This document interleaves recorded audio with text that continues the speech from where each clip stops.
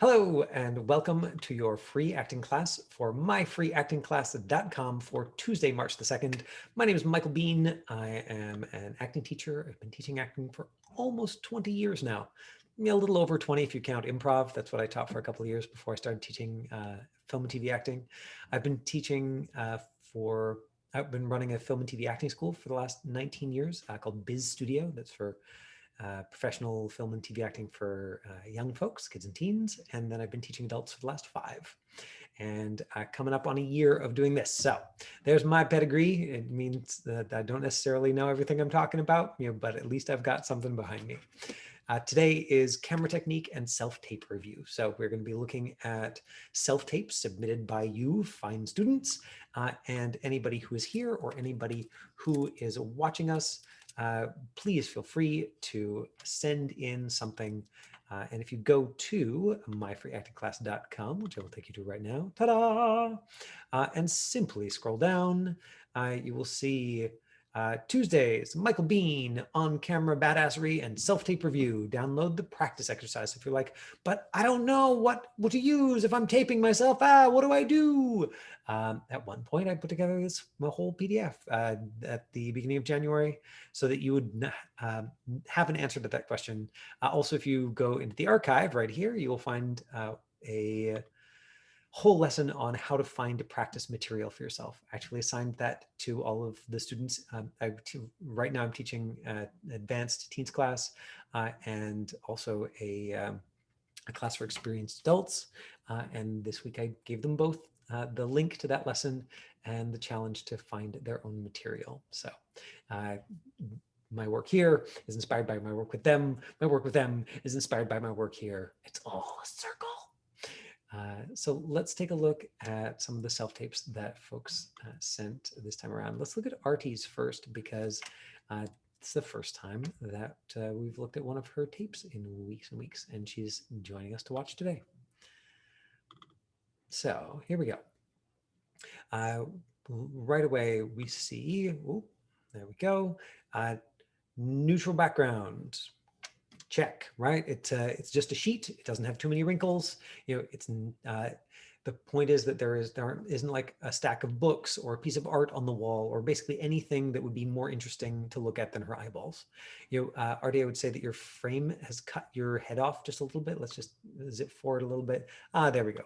Right. So this is gotcha. So that was just her starting the camera right at the top. So we'll watch it in a moment, but this is probably better for our purposes.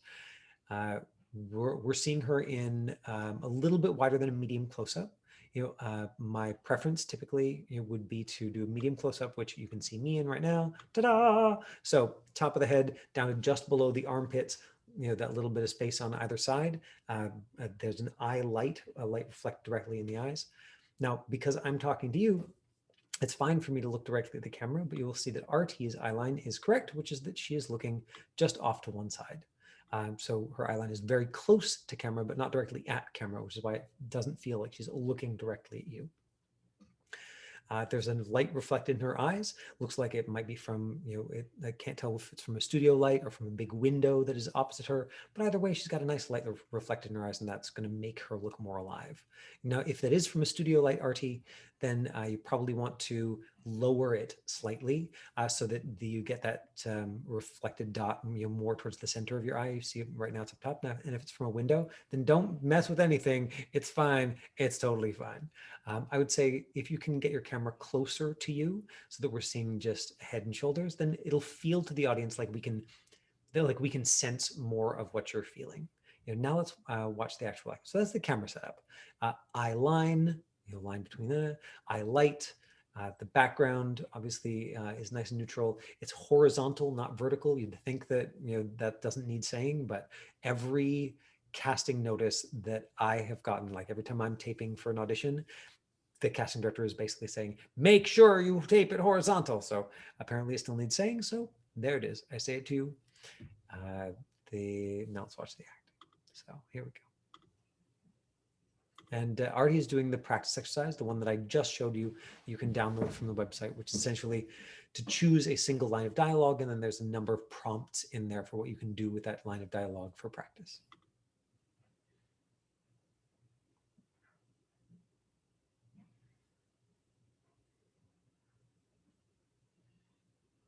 shoes.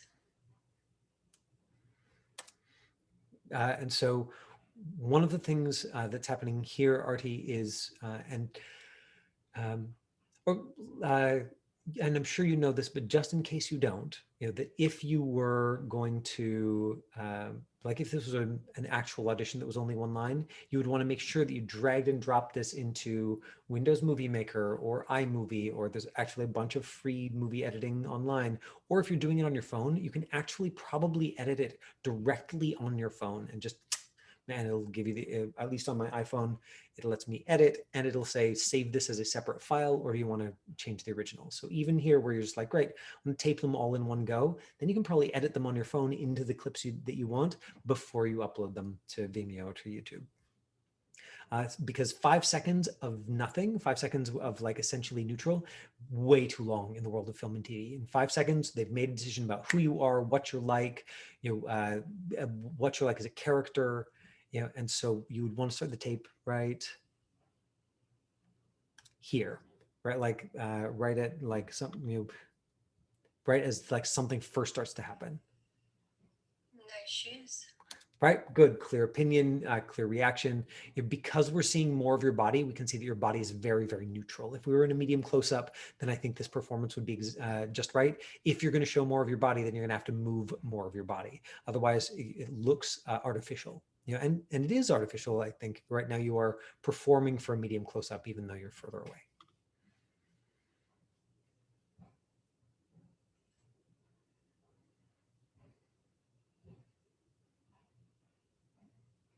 No shoes. Right, and that was part of the exercise. And then we see, like another good chunk of neutral afterwards. So if you're going to keep the tape rolling, I think it's important to stay in the scene and decide, what you're going to do with the scene. But Artie, thank you so much for doing the exercise. And I think that this was more animated than the last one that you shared, which was one of the things that I asked or offered last time, that might be useful for you to just try something that had a little bit more feeling to it. Now, just for reference for everybody else, if I am, or if I'm saying hello to somebody and I'm doing it in a medium close up, then I might even bring my hand into the shot on purpose, right? I'm gonna be like, hey, how's it going? Now, if I did that exact same motion, but I just moved back a little bit, it's gonna look silly. Hey, how's it going? Right? Like, so knowing what your frame is influential in how you decide to tell the story, right? Now knowing my frame is there, okay, good. It's the advantage of taping at home. I can see my frame all the time and be like, hey, how's it going? And I can bring my hand to the shot, and then I suppose I can do it as long as we accept that my background is not going to be good. But if I go all the way back here into a medium shot, then you can see my body. I'm like, hey, how's it going? And and I'm gonna need to move my body more, because if I just do the medium close-up version, and I say, hey, how's it going? My body is going to be so still. It's going to seem weird. It's going to seem unnatural. And if I go into a long shot, which you're not going to do for an audition, but you might do if you're actually on set, might actually have to use more of my body. I'm just be like, hey, oh my gosh, it's so great to see you. I'm putting my whole body into it just a little bit. You have to have that same motion of that same movement, right? So it's not something that I've had a chance to talk about here very much. I end up talking here a lot about how you adjust for medium close-up. But I think that it's important to know that part of the actor's toolkit is adjusting your performance for the frame. Now, if you find yourself on set, and this is the best reason to do independent films and student films and anything that your friends are doing, or to make little YouTube videos with your friends in your spare time, or basically anything that gets you in front of camera. But if you do have the opportunity to work on a film that's sort of properly set up, once you're on a professional film set, they'll have stand-ins. They'll be like, okay, first team relax, second team step in, and those are professional stand-ins. Basically, people who their only job is to stand there while the lighting and the scene is set up and positioned so that it looks right, and then they invite the first team back in. Okay, first team, come on back, and we're going to actually shoot it. Right, so the actors don't have to stand there for hours and then try and pretend to be like fun and fresh and on it. So if you have that luxury of being on a professional film set, step around to the video village and look at the size of the shot. It's a fantastic opportunity. Just step around to where the monitors are once the stand-ins are there and look at like how much of my body are they seeing? Okay, then think about that, in my performance. And hopefully you've thought about that some in practice so it's a little bit more intuitive. And if you are on a student film or an independent film, or you are just making videos with your friends, then get a friend to stand in for you. Just say, hey, George, can you come and stand in for me for a second? And then I'm going to step out to where I can see the shot and go, okay, they're seeing this much of my body. So, if I'm that close, I can't be like, hey, because the audience is going to get seasick when we're in medium close up if I'm moving back and forth that much. Instead, I'm going to have to, like put that in my hand instead. Um, so those little adjustments. Okay. Got something in the chat window. Good. I was just going to ask if there was anything else about that. So when you're doing your tape for next time, I would say just keep exploring. See if you can add even more moment before, even more of that story. Where are you? What has just happened? Because that's difficult to do. In the absence of any real information, you're just making that up. And even more after. So preferably not adding lines, because lots of casting directors, especially with 1 and 2 line scenes, they don't want ad libs. They don't want you to write a whole bunch of dialogue. But that doesn't mean you can't make sound. Honestly, I think like 1 or 2 words is always fine. Ugh. Hey, uh, what? Like and that kind of those kind of ad libs almost fall into the category of sound making, and I don't think that they're an issue at all. Let's look at some more tapes. Candy, I want to watch your tape, and I'm just realizing that I didn't queue up your tape from last week as well, and hopefully, is that it? No, okay. So let me go and find that so that I can show everybody the start of your tape from last week as well. So Candy read the scene to see if she could find some more energy. And she gave herself a particular challenge, which is she chose a scene with a character that she really identifies with from a show that she really likes, and she attempted to recreate it, recreate the performance. Well, I guess we're never gonna know if the bird defense worked. It's such a bummer too. We have this poll at my office. Okay, hey, I got something to say to you, man. What? I prig for birds. I rock a lot of polka dots. I've touched glitter in the last 24 hours. I spend my entire day talking to children. And I find it fundamentally strange that you're not a dessert person. It's just weird and it freaks me out. And I'm sorry, I don't talk like Murphy Brown. And I hate your pantsuit. I wish it had ribbons on it or something to make it just slightly cuter. And that doesn't mean I'm not smart and tough and strong.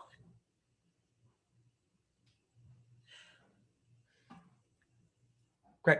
Strong improvement, Candy. And, this time you completely corrected, the sort of bright spot that you've had the last couple of times. So in terms of your setup, really, really nice. Let's just back up a little bit here.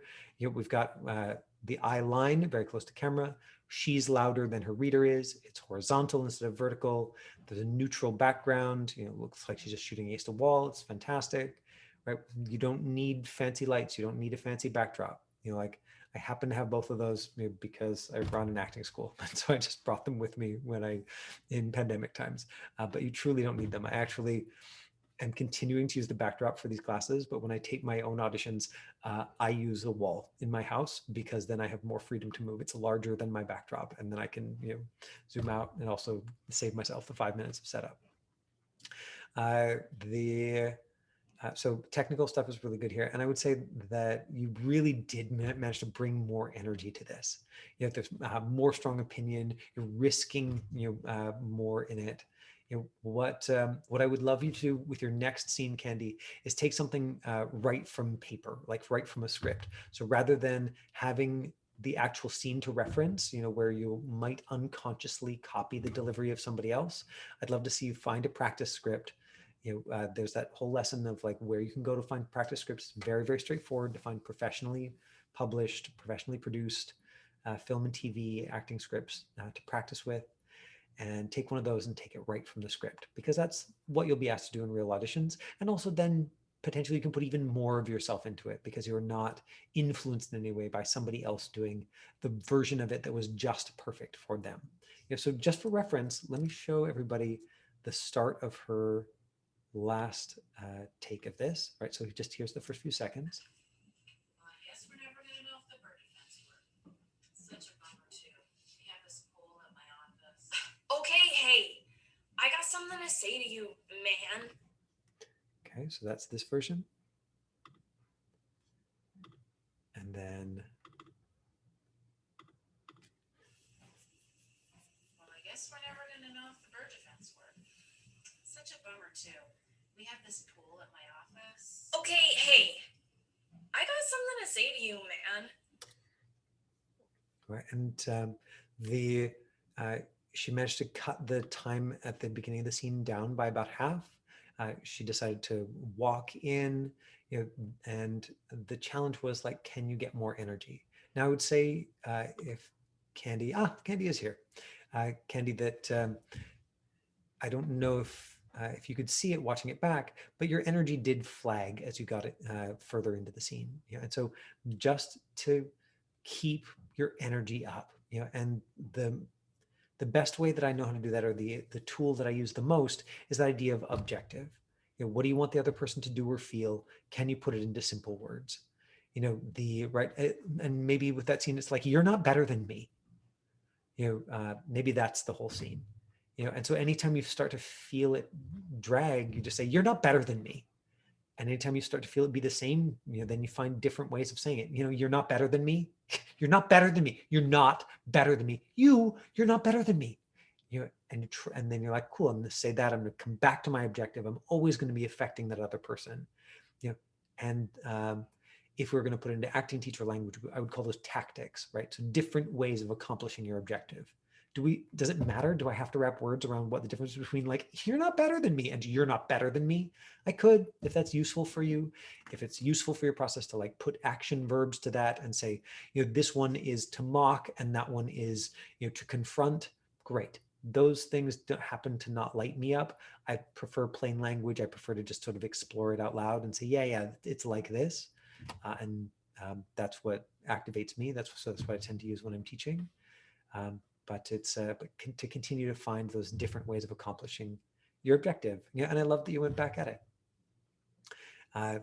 Good. Oh, we've still got time to review Christian's tape, and then if we've got time, I've also got a tape queued up from one of the students in my Monday class, Jess, who she did a professional tape that she was really proud of, and she said that I could share it with you, just so that we're seeing, here's something being submitted by an actor, who's been auditioning professionally for, oh gosh, maybe 10 years, and like, here's some work that she's proud of, technically. And I think one of the advantages of taking a class, is that you are both seeing work from other folks who are struggling with the same things you're struggling with, and also seeing work that is in some way more technically proficient than what you're doing now, so that you are both remembering, like, oh right, it's not just me, like, this thing is challenging because it's challenging and we're figuring it out. And also you are giving yourself those sort of reminders of the aspiration. And if you only try and get those from film and TV, I think you're being deeply unfair to yourself, because there is a huge vested interest in making those perfect and polished. And audition tapes are not perfect and polished. Even the very most skilled ones are not perfect. It's not a reasonable expectation for an art piece that somebody is making, by themselves, on short notice, which is what auditions always are.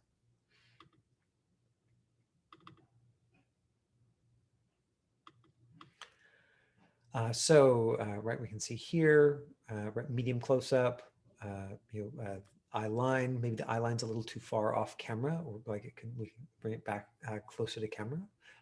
Light reflecting the eyes, non-distracting background. Does it matter to me that there's a radiator in the back? No. Like, yes, I'm going to look at it when the tape is first there, but it's not that interesting, so it's not going to hold my attention. Hello, my name's Christian Brindley. I'm 9 years old and I'm a hero talent. So right away with the slate, and this is great because I haven't reviewed a slate in one of these lessons for quite some time, Claudine. His voice is quite sing-song, and for me, listening, that's a right away red flag, because if somebody's sing-songy when they're acting, it's very problematic. And so my guess is that that's just what Christian has gotten in the habit of doing because he has slated so many times, and I think it would be might be useful for you to shake that up. What I like to get students to do is look right at the camera and say, "Hi, I'm amazing, and I'm happy to meet you." And then I say, "Great, now do your slate. Say your slate like you said that." Because that's really what a slate is. Your slate is you looking right at the people who are going to make the decision and saying, "Hey, I'm amazing. I'm happy to meet you." And that doesn't mean that like everybody has to be the big on the confidence show. It just has to be your actual version of like, "Hey, I'm amazing and I'm happy to meet you." That's my thought on a slate. Technically super proficient, nice and clear. He's loud. It's horizontal, etc., etc. All the things we've talked about. Time for a game. I'm up over here. We're going to play a little thing I like to call Bozo Says. You mean Simon says.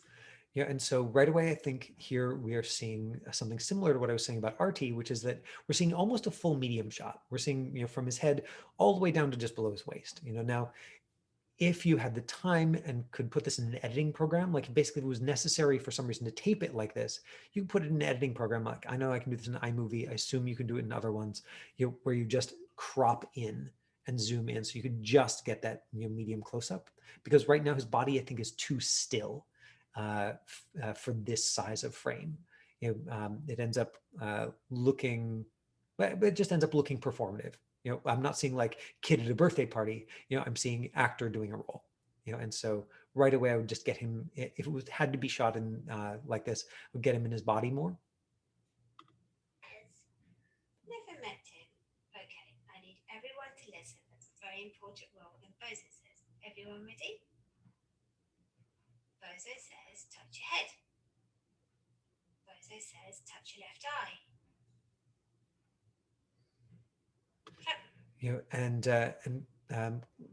Claudine, I would say that that right now this needs to be about twice as fast. That right now there's so much space in between things, that like a very skilled professional actor can fill up those spaces in between with their own subtext and their own thoughts. And sometimes, when I'm taping an audition and having a reader, I'll even ask for that extra time. But right now, he's basically just waiting for the next thing you're doing. And like, whatever, he's 9 or something. That's a reasonable expectation. And so you can cover for him, by doing time for game, coming up over here. We're going to play a little thing I like to call Bozo Says. You mean Simon Says? Never met him. Okay, I need everybody to listen. It's a very important rule in Bozo Says. Everybody ready? And he's like, yeah. Bozo said, touch your head. Bozo said, touch your left, right? Like boom, boom, boom, boom, boom. So that, keeps the energy up by keeping him moving. And maybe in my little act out there, I've gone slightly too fast. I've overcorrected a little bit, but I think that you could keep that space in between, and you could remind him that it's okay to make sound. And the moments where it says like the group nods, I might even get him to say, yeah, because in the show, sure, they're not going to want the kid talking over top of the clown, but in the audition, if he makes sound, because we're camera's entirely focused on him, not only is he allowed, but sometimes that will really just help the actor stay engaged. So think like keeping that sense of like he's a kid at a birthday party, not an actor who's doing a great job of delivering a performance. Those are some things in my experience that might help. Bozo didn't say. Bozo says, wiggle your right leg. Bozo says, tap your head and rub your stomach.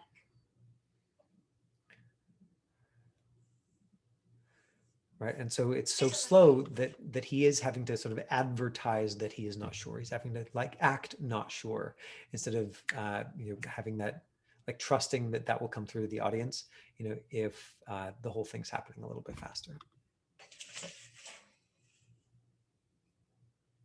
Good. And then taking this reaction but not making sound in any way, difficult, and this happens all the time with film and TV auditions, especially happens when somebody gets an audition that says SOC or silent on camera. They feel like, oh, I actually have to be silent.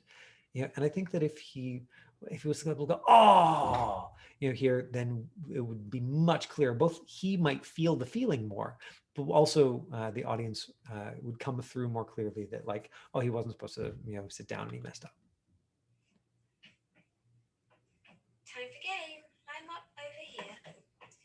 We're going to play a little thing. Right, so that like pretend running on the spot, that's what I one of those things that like sort of doesn't work. If we're auditioning for this, right, it's false behavior, and so we just want to cut out false behavior as much as possible.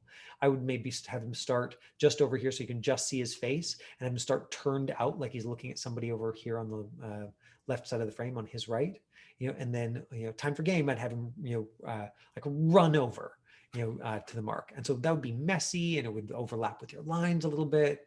So again, something that I might try there.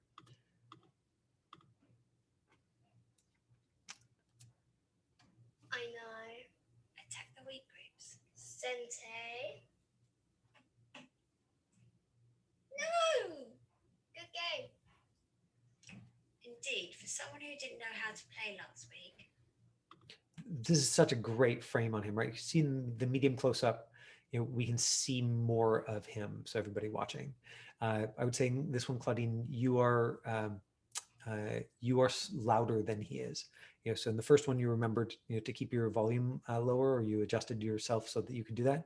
But in this one, we could move your his eye line closer to camera, and also we could get you to keep your voice down. It happens all the time in self-tapes, because often the person running the camera is closer to the microphone than the person who's being recorded, especially if it's being taped on a phone.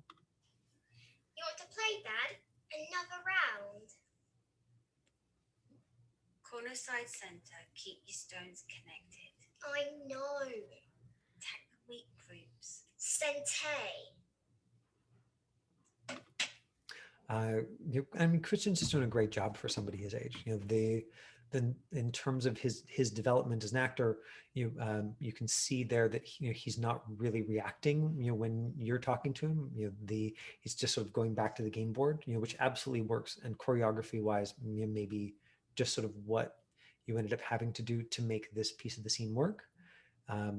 But getting him to keep thinking about like staying in the scene, listening, and reacting, to what is being said to him. It's the kind of thing that might take some practice, but would fill in even more of the space here in this work. So it's not quite so much like, I'm acting, I'm waiting, I'm acting, I'm waiting. And he's still very alive in the scene when he's waiting, but he's not super connected to what you were saying to him. No! Good game. Indeed, for someone who didn't know how to play last week. Right, and again with false behavior, the like sort of very quick pretend handshake and then immediate shift to like now there's another line coming. And especially if you're there, on the other side of the camera, you can solve that by for a self-tape just actually leaning forward and shaking his hand and getting him to make a face at you. Right, and then shifting sides, now, would I do that with an adult? No, probably not, but with a kid, totally, just to keep it alive, to make it fun, to find those different opinions. You want to play, Dad? Another round? Corner, side, center. Keep your stones connected. And I wanted to watch at least 2 takes of this one, just so that I'm sure, Claudine, because you know his work very well, that you can really tell the difference between those 2 takes. But as an outside observer, somebody who is just seeing Christian for, I've seen a couple more tapes that you've submitted, but not many. They're so close to identical that I don't think it's actually worth submitting tapes that are that close to each other. I think that when you submit multiple takes that look and sound too much alike, that you're actually doing a disservice.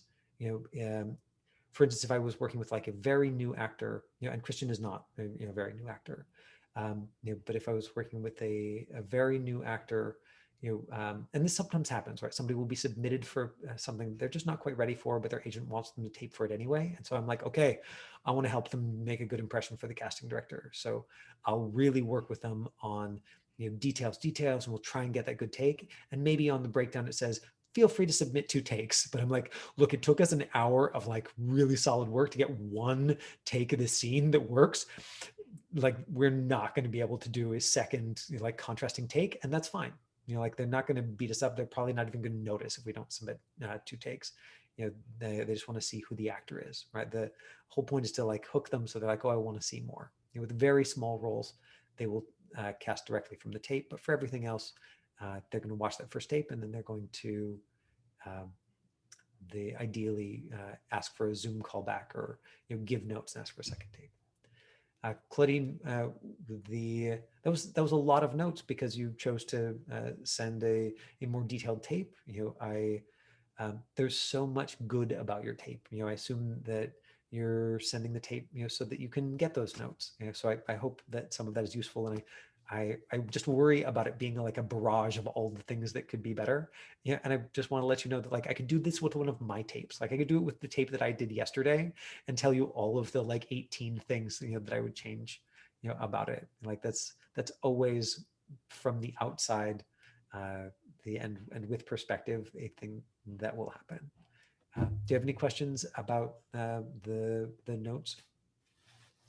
No, really good feedback. Thank you. I guess we kind of did it slower because he was supposed to be a shy, timid, not very confident boy. So he was a bit slower at doing everything. And in that case, he could be slow, but you needed to be fast. Right. Right. Yeah. Like, because if you're slow and he's slow, the whole thing is just lugubrious, whereas if there's like, but if you're like, ba, ba, ba, ba, ba, get out. And he's like, yeah. And even then, like he's allowed to make sound. He's allowed to start sentences, if his line is, you mean Simon says, there's nothing that says you can't go, you mean Simon says, like, I think that's totally allowed, right? That there are lots of ways to fill that up so that it's a little bit more like life. But you're like he's supposed to be shy. Great. So thank you for that level of specificity, because then it's like, okay, then we play the game of like, how do we tell that story with pacing, with physicality, all of that. Yeah. And probably he got this like 24 or 48 hours before you had to do it, right? Yeah. So just for the reality check for everybody who's watching, that like for an actor his age, this is a great job on short notice. And I'm trying to support Claudine in having more tools to play with, because she's going to end up as acting coach / taping studio / director / producer, just de facto, until he's a little bit older. Okay. Thank you. We've run a couple of minutes over, and so I will just continue to save this tape from Jess, and show it to you another time where I don't have to keep you over. Does anybody have questions about any of the notes today before we sign off?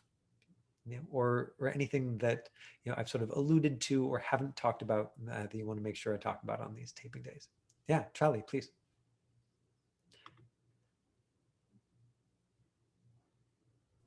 At the beginning, when you were talking about doing the self tape, and you said about editing. Yes. That like what you're saying is what editing, like to chop it, you mean, so that you're that's like exactly what I mean. Sides off. Exactly. Chop the sides off so that the moment the camera starts, they're seeing story, and they see story right until the moment the camera ends. That there's never that like sort of neutral couple of seconds of the actor getting into it, and. Oh, right. So that's, I struggle with that. I struggle with, editing, or, I'm new to all this. Yeah. So you're saying like, so that there's no silence as well. So it means you're just giving, but mind you, I've just bought this whole new kit. So I can do a take, then I can do another take, and then just send, I don't think that silence is a problem, yeah. I think that it's just that when there's enough silence that doesn't feel alive, or it feels like the actor is suppressing, Right. that is problematic. But no, if you go back and watch some of the past Tuesdays, Mhm. Christina, who's here today, has done some tapes where she's silent for like 20 or 30 seconds at the start of her line, and it's very alive because there's so much thought and detail that she's putting into that like single line of dialogue. She's got this whole story where it just makes sense not to talk. I think it's only when I see like a happy kid who's supposed to be at a birthday party and he's like, Yeah. Yeah, and there's then I'm like, okay, like this is somebody who needs permission to be a little messier, in order for us to like believe that they're unless he like Claudine says he's shy, in which case still maybe what we need is we need like breath, we need him like we need physicality if we're seeing his whole body, we need like the shoulders rolled in or his hands in front of him, right? There's a lot of different things we can play with, and there's never any way to get this perfectly, but I'm hacking through it with all of you together.